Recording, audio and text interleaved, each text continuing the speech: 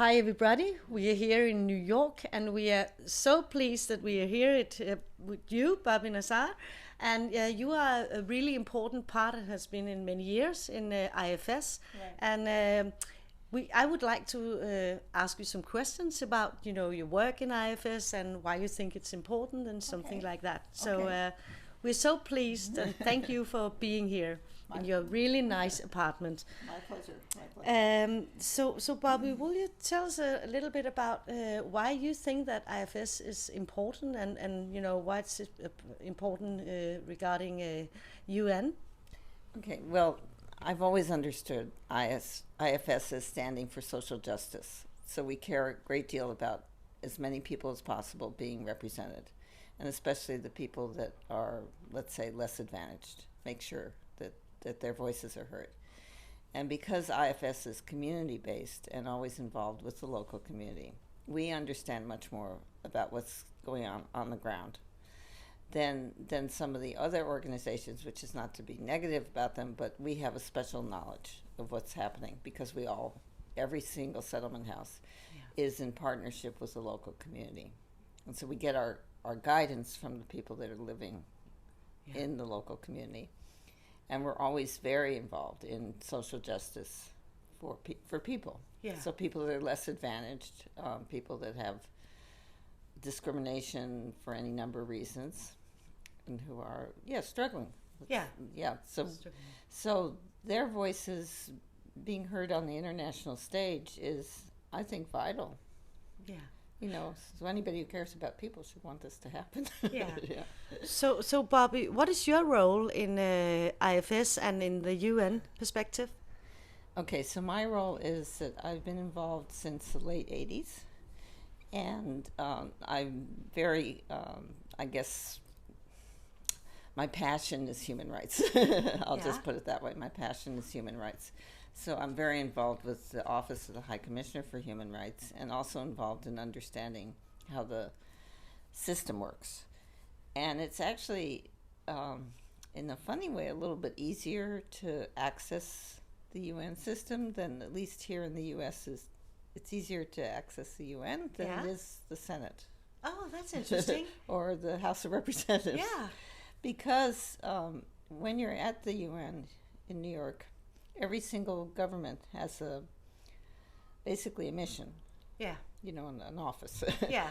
And if somebody like you or I go into that office and say that we know that we have to deal more proactively with people with disabilities, they'll have somebody who works on that issue that we can talk to. Yeah. And as long as we develop our position in an intelligent way, we can directly advocate with that mission. Yeah.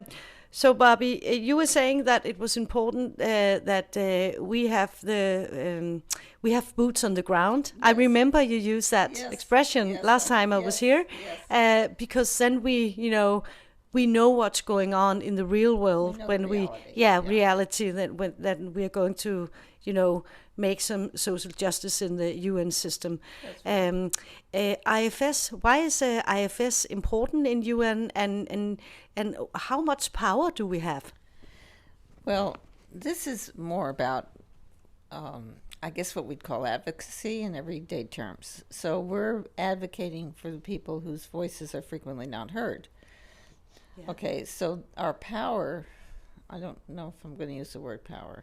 Okay, I'm going to say our strength. Yeah, our strength comes from that we have this intimate knowledge. Yeah. And wherever possible, we also try to bring people, not just people like me or you, but people that are actually our clients, the people that are living in the communities that we're representing, have their voices come in directly. So, Bobbi, the thing about IFS is that this is work across borders, and we are a lot of organizations in the system. Why do you think that cooperation across borders is important? Well, I'm going to say something that might sound sort of simple, but I think it's true. The more we think of ourselves as one human race, the better. And and then we're not going to be our community, our country, our specific group is more important than any other group. So then when we hear that we have common ground in this more, when we're all together in the same room and talking, then we really see, okay, this person might be from a country that's halfway around the world or a different continent, but they're us. They're the same. We're the same. And so I think it emphasizes that when we're all together. What does social sustainability mean to you? Well, I think when we talk about social development, which is a term that's frequently used, what we're saying is we shouldn't focus so much on economic development, but more on the whole human being or the whole, community, the whole human community. So then it's making sure that you don't advantage one group over another. I mean, that's the biggest thing of all. So you don't want this. I mean, I know in the U.S. it's an ongoing painful challenge, which is that the rich get richer here. So is it about like equality? It's a lot about making sure that people have an equal playing field. You know, that they're starting with sufficient availability of resources and so that capacity can be fully developed, each person and the community itself. So I think about it more that way. Okay, that makes sense. So that's how I think about it. So everybody has a possibility. What is the most important social change that you have been a part of through your work in IFS? I know you have been a social professor for many years, but in IFS... In IFS, we've been part of coalitions that have worked to help with several issues. One is, well, I'll just say one that's been really big for the last number of years, which is the LGBT, we call it LGBTQ.